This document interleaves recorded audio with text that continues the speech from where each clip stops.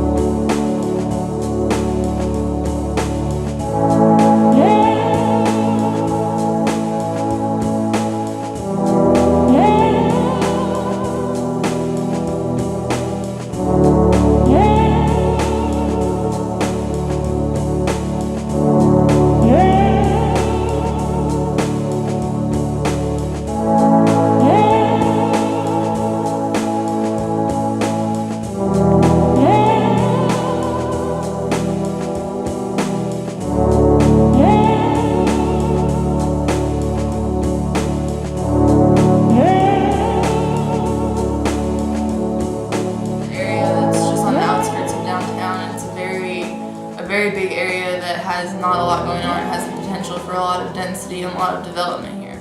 We've been left behind in terms of the built environment as well as, I think, through the infrastructure, the way it's designed, people do tend to just zoom right past it. And I'm sure that's part of why the built environment has not evolved the way that it could have. This area doesn't really have a strong identity anymore. And I think with this project we have the opportunity to create that strong identity that this space needs to grow and cultivate.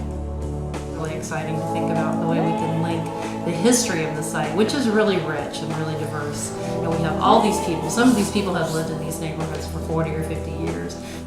It needs to become something community oriented, not, blocked off by something that, a barrier. Because a certain state was a barrier.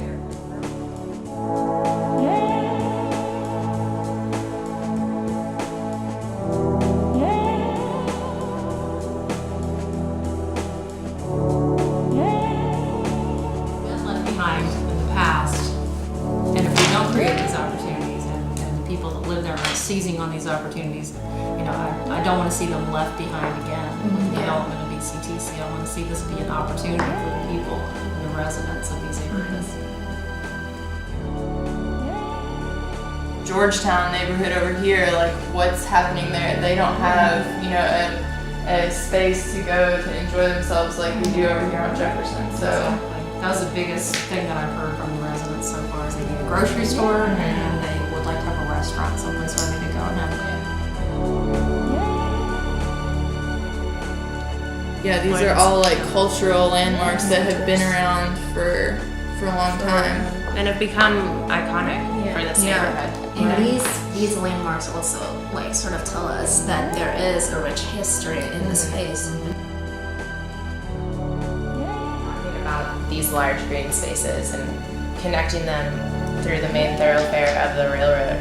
But it's doing a lot more than just connecting this and making it one of the largest green spaces in Lexington. It's setting up for an opportunity to show the transition from the bluegrass landscape outside of the city, which surrounds Lexington, and it pulls you in and starting this transition around YMCA through BCTC, Boulevard Park, down through the Civic Center, and into the 18th century landscape. There are elements in the landscape that we can maybe adapt to the urban landscape that we're creating here. We talked about sycamore trees, right?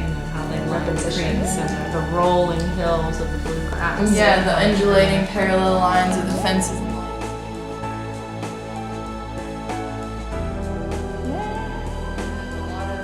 Community members here, they don't have vehicles. LexTrain has the highest ridership in this area of downtown. We want this importance on trails, on the railroad, on the pedestrian. Creating something such as a transit center, something that would allow for these multiple uses of transit to become All merge. merge together, become one, be a place Become where very easily accessible. right. The railroad right now has such a negative connotation to it, but if we take it and make it what is most important and make it the main thoroughfare of the Absolutely. site, we create a positive attitude towards it. So by taking the car and making it less important to the person and less important to the train, that then obviously and easily transfers it to the railroad and gives that the opportunity to the individual to experience the space in a better way.